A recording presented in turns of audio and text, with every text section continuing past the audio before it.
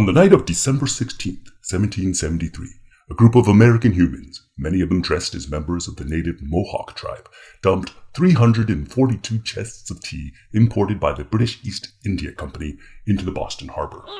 No, the Jackalope, I'm not describing a scene out of Peter Pan. I'm talking about one of the most important events in American history. The Boston Tea Party, as it became known, was the first major act of defiance against British rule, and paved the way for future events that, in just a year and a half, would lead to the first battle of the American Revolution. What could have led adult humans to behave in such a way? We've got answers coming up on this episode of Bigfoot's Great American History Show.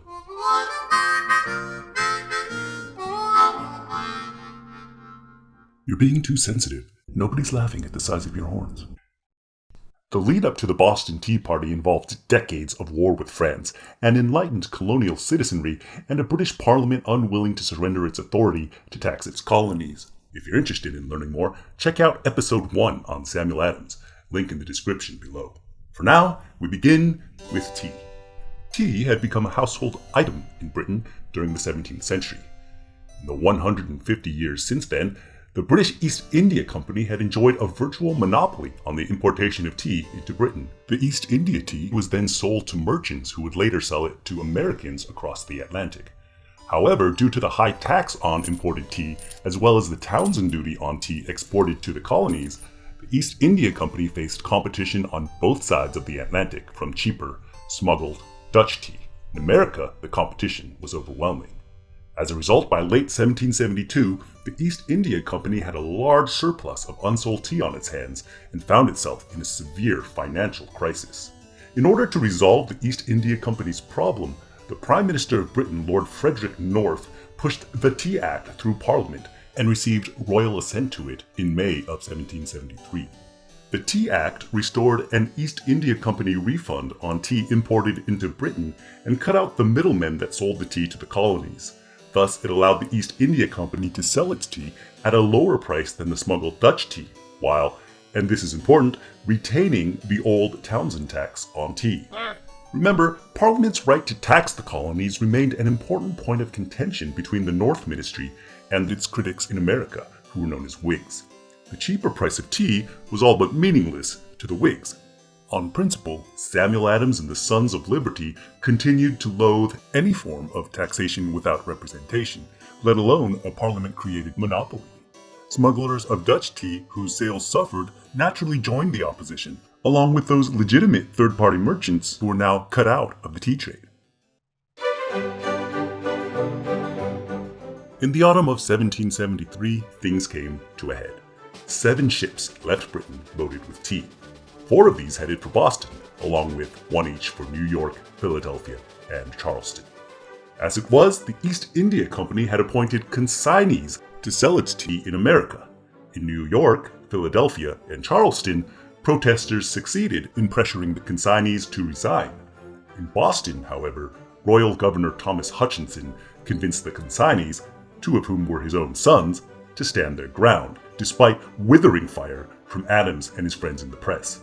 Such was the state of affairs when the Dartmouth arrived in Boston Harbor on November 28th, laden with East India Company tea. Upon its arrival, Samuel Adams called for a mass meeting to set a plan of action.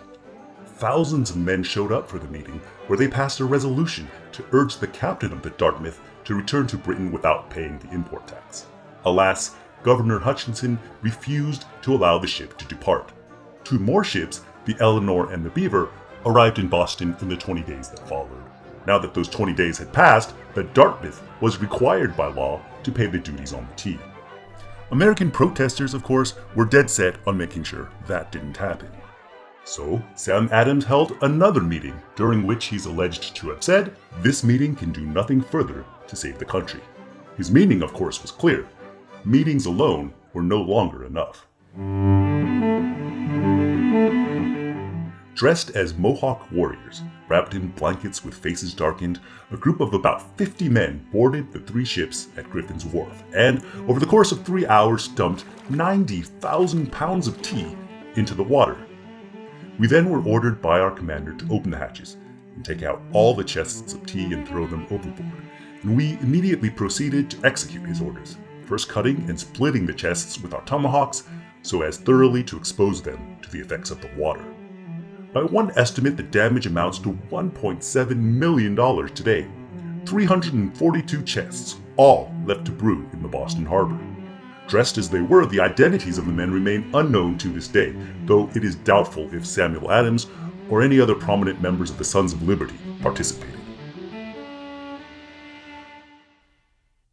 Previously, Americans had rioted, tarred and feathered loyalists, threatened officials with violence, organized boycotts and mass meetings.